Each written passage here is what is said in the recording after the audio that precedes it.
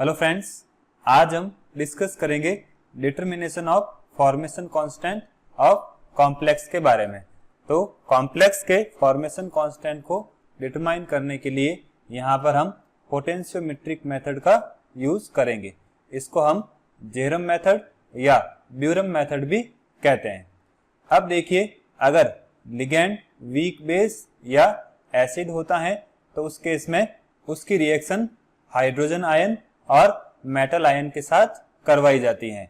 फिर hydrogen ion और metal ion के बीच में लिगैंड के साथ जो रिएक्शन होती है उसके कंपटीशन के बेसिस पर हम उस कॉम्प्लेक्स कंपाउंड के फॉर्मेशन कांस्टेंट को डिटरमाइन कर सकते हैं। अब देखिए, हम ऐसे इक्विलिब्रियम को कंसीडर करते हैं जिसमें एसिड और मेटल आयन को बेसिक लिगैंड के सॉल्यूशन में ऐड करते हैं। तो पहले हम डिस्कस करते हैं बेसिक लिगैंड और एसिड के बीच की रिएक्शन। तो देखिए, यहाँ पर बेसिक लिगैंड हो जाएगा L और एसिड को हम यहाँ पर H+ आयन के फॉर्म में रिप्रेजेंट कर रहे हैं। अब इन दोनों की रिएक्शन से HL+ कॉम्प्लेक्स का फॉर्मेशन होता है। इस रिएक्शन के लिए इक्विलिब्रियम कांस्टेंट हो जाएगा Ka और Ka की वैल्यू हो जाएगी HL+/LH+। अब देखिए, अगर बेसिक लिगैंड और मेटल आयन के बीच में रिएक्शन होती है तो Ml+ कॉम्प्लेक्स का फॉर्मेशन होता है। इसके लिए इक्विलिब्रियम कांस्टेंट हो जाएगा K फॉर्मेशन और K फॉर्मेशन की वैल्यू हो जाएगी Ml+/LM+। तो देखिए, यहाँ पर हम कॉम्प्लेक्स के लिए फॉर्मेशन कांस्टेंट की वैल्यू फाइंड आउट करेंगे। तो हमें उसके लिए Ml+, L और M+ की वैल्यू पता होनी चाहिए। तो हम इस मेथड में इन तीनों वैल्यूज को फाइंड आउट करके इसमें जब पुट करेंगे तो ये K फॉर्मेशन की वैल्यू आ जाएगी। अब देखिए, यहाँ पर Ka हो जाएगा एसिड एसोसिएशन कांस्टेंट और K फॉर्मेशन, जैसा कि मैंने आपको बताया, कॉम्प्लेक्स के लिए फॉर्मेशन कांस्टेंट हो जाएगा। अब देखिए, अगर हम एसिड के टोटल अमाउंट को मोल्स पर लीटर में देखें तो उसको हम CH से रिप्रेजेंट कर रहे हैं।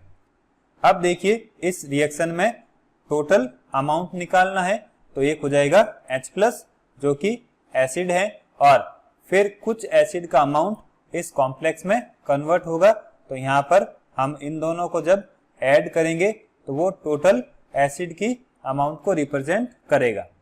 इसी तरह से लिगैंड के टोटल अमाउंट की बात करें तो देखिए, दोनों रिएक्शन में ये हो जाएगा L और फिर पहली रिएक्शन में हो जाएगा लिगैंड HL के फॉर्म में और दूसरी रिएक्शन में लिगैंड हो जाएगा Ml के फॉर्म में। तो ये तीनों का सम टोटल लिगैंड के अमाउंट को रिप्रेजेंट कर रहा है। इसी तरह से मेटल आयन की बात करें तो मेटल इन रिएक्शन में M+ और Ml+ के फॉर्म में रहता है। तो ये दोनों मेटल की टोटल अमाउंट को रिप्रेजेंट कर रहे हैं। तो ये हो जाएगी अपने पास इक्वेशन 1, 2 और 3। अब देखिए, हम Ka और इन तीनों इक्वेशन के बेसिस पर Ml+, L और M+ की वैल्यू फाइंड आउट करेंगे। तो देखिए, यहाँ पर मैंने कैलकुलेशन की कन्वीनियंस के लिए इक्वेशन 1, 2 और 3 को वापस लिखा है। अब देखिए, अगर हम इक्वेशन 3 को रीअरेंज करते हैं तो यहाँ से हम M+ की वैल्यू फाइंड आउट कर सकते हैं। तो M+ की वैल्यू क्या हो जाएगी? Cm - Ml+। ये हो जाएगी इक्वेशन नंबर 4। इसी तरह से अगर हम इक्वेशन 1 को रीअरेंज करते हैं तो यहाँ पर हमारे पास HL+ की वैल्यू आ जाएगी। HL+ हो जाएगा CH - H+ के इक्वल। ये हो जाएगी इक्वेशन नंबर 5। अब देखिए, जैसा कि हमने डिस्कस किया है, एसिड एसोसिएशन कांस्टेंट की वैल्यू क्या होती है? HL+/LH+।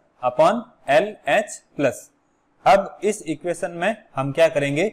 जो इक्वेशन 5 से HL+ की वैल्यू आई है उसको यहाँ पर पुट कर देंगे।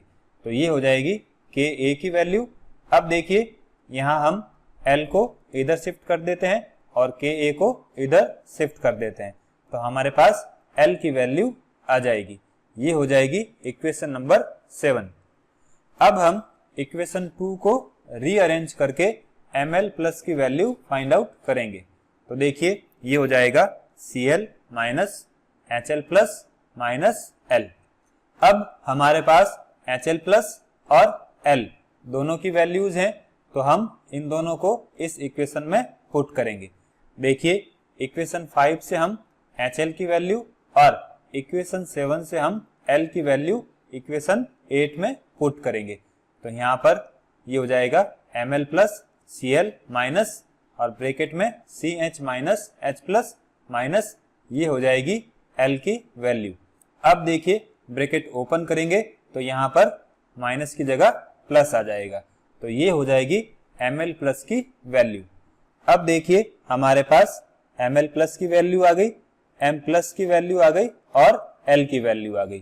तो हम इक्वेशन 9 से Ml प्लस की वैल्यू, इक्वेशन 4 से M प्लस की वैल्यू और इक्वेशन 7 से L की वैल्यू हम के फॉर्मेशन में अगर पुट करते हैं तो हम उस कॉम्प्लेक्स के लिए के फॉर्मेशन की वैल्यू फाइंड आउट कर सकते हैं। अब देखिए Ml प्लस M प्लस और L की वैल्यू को फाइंड आउट करने के लिए हमारे पास CH, Cl, Cm, Ka और H प्लस की वैल्यू होनी चाहिए। यहाँ पर H प्लस की वैल्यू को हम pH मीटर की हेल्प से पोटेंशियोमेट्रिकली फाइंड आउट कर सकते हैं।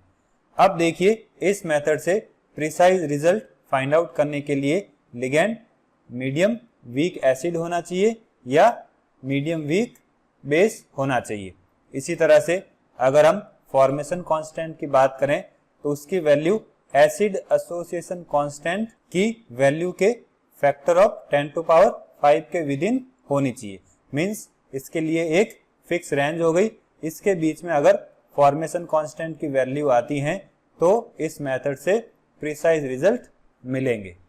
तो ये हो गया determination of formation constant of complex के बारे में।